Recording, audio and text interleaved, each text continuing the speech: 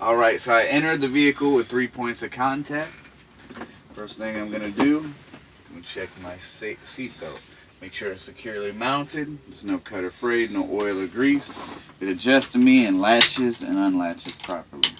I'm going to talk about my safety equipment. I have spare fuses. I would note the location. Make sure I have one spare fuse per circuit. I have my triangles, my reflective triangles. Make sure I note the location. They're in a box, securely mounted. They're not cracked or broken, and they're working properly. Then I have my fire extinguisher. It should be securely mounted, not cracked or broken. 10 BC or greater. The pin should be in, should not be expired, and fully charged. Then I'm going to do a safe start. Check clutch in at neutral. Make sure I'm in neutral. Let my gauge a cycle. I note that my ABS light came on and went off. Once my gauge a cycle, turn the vehicle on, ease off my clutch. I'm going to go into my gauges. I have my water temperature gauge.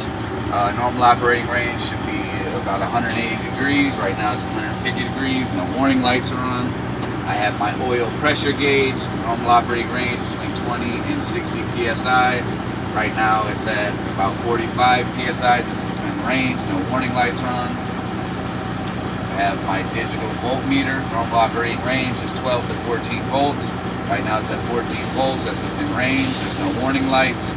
I have my air pressure gauges, primary and secondary. Normal operating range is between 120 and 140 psi, which is governor cutout. Right now they're at 120 psi. No warning lights. No buzzer. I'm going to go into my indicators. My left turn signal is working properly. My right turn signal is working properly. Four-way flashers are working properly. My low beams and high beams are working properly. My electric city horn is working properly. My highway air horn is working properly. My heater and defroster properly working. And I'm going to go into my wipers. They're not cracked or broken. The rubber is soft, pliable, not dry rotted. You should have proper attention to the windshield. They're not leaving streaks. And my washer fluid is coming out and working properly.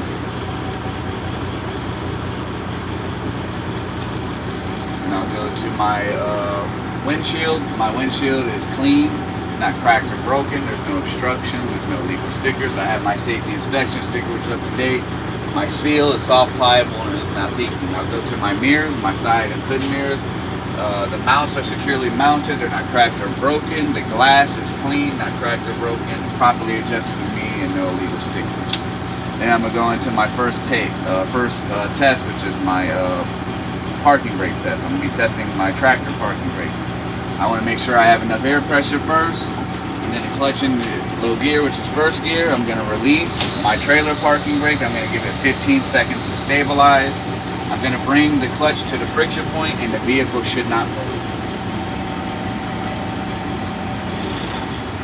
Alright, my vehicle did not move because my tractor parking brake held me in place. So I'm going to do my first reset. Next test, I will be testing my trailer parking brake. So again, I have enough air pressure. I'm going to clutch into low gear. I'm going to release my tractor parking brake. I'm going to allow 15 seconds for it to stabilize. I'm going to bring my clutch to the friction point, and the vehicle should not move. Alright, the vehicle did not move, showing me that my trailer parking brake is working properly, held me in place. I'm going to do my second reset. Next, we'll be testing my service brakes. First, I'm going to test my combination service brakes using my brake pedal. I have enough air pressure, so to perform this test, I'm going to clutch into low gear. I'm going to release both my parking brakes and allow 15 seconds for those to stabilize. Once they stabilize, I'm going to pull forward straight, get up to 5 miles per hour. When I'm up to 5 miles per hour, I'm checking my mirror, let my hand hover the clutch, and press on my brake pedal. I will now perform this test.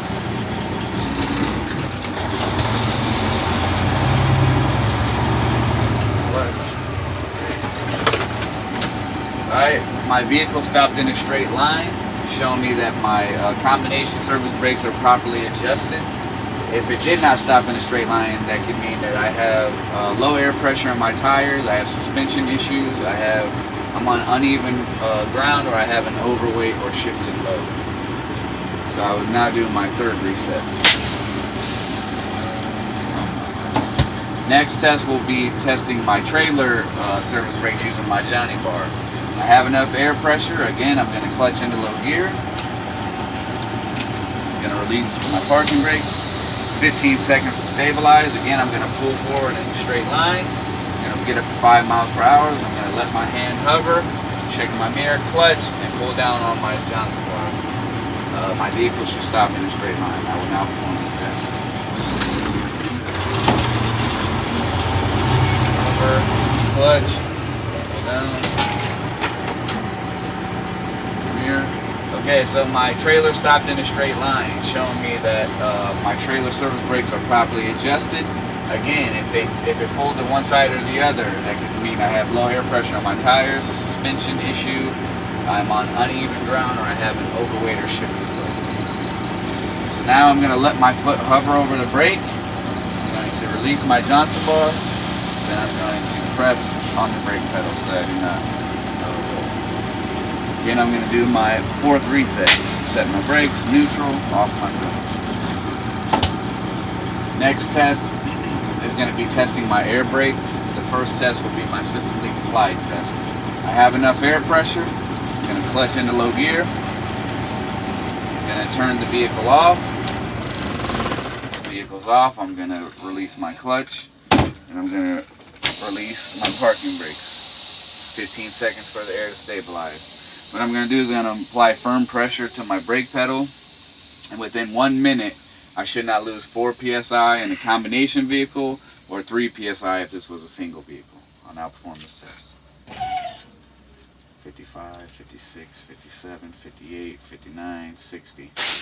I did not lose more than 4 psi in this combination vehicle, showing me that I have no major air leaks. My next test is going to be my fan down 1 electrical low air pressure warning device test. For this test, I'll make sure I have enough air pressure. I'm going to turn the vehicle to the electric accessory position, let my gauges cycle. What I'm going to do is I'm going to fan down on my brake pedal, and before 60 psi, my warning light and buzzer should come on. I'll now perform this test.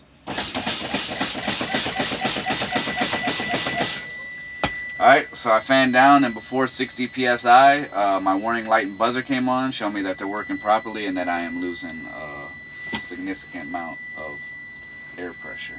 I no longer need the electrical, so I'll turn it off. My next test is going to be the fan down 2 emergency brake pop out test. For this test, I have enough air pressure. I'm going to fan down on it between 45 and 20. My trailer brake will pop out, preventing a jackknife, and between 40 and 20, my tractor parking brake will set. I have enough air pressure on that performance test.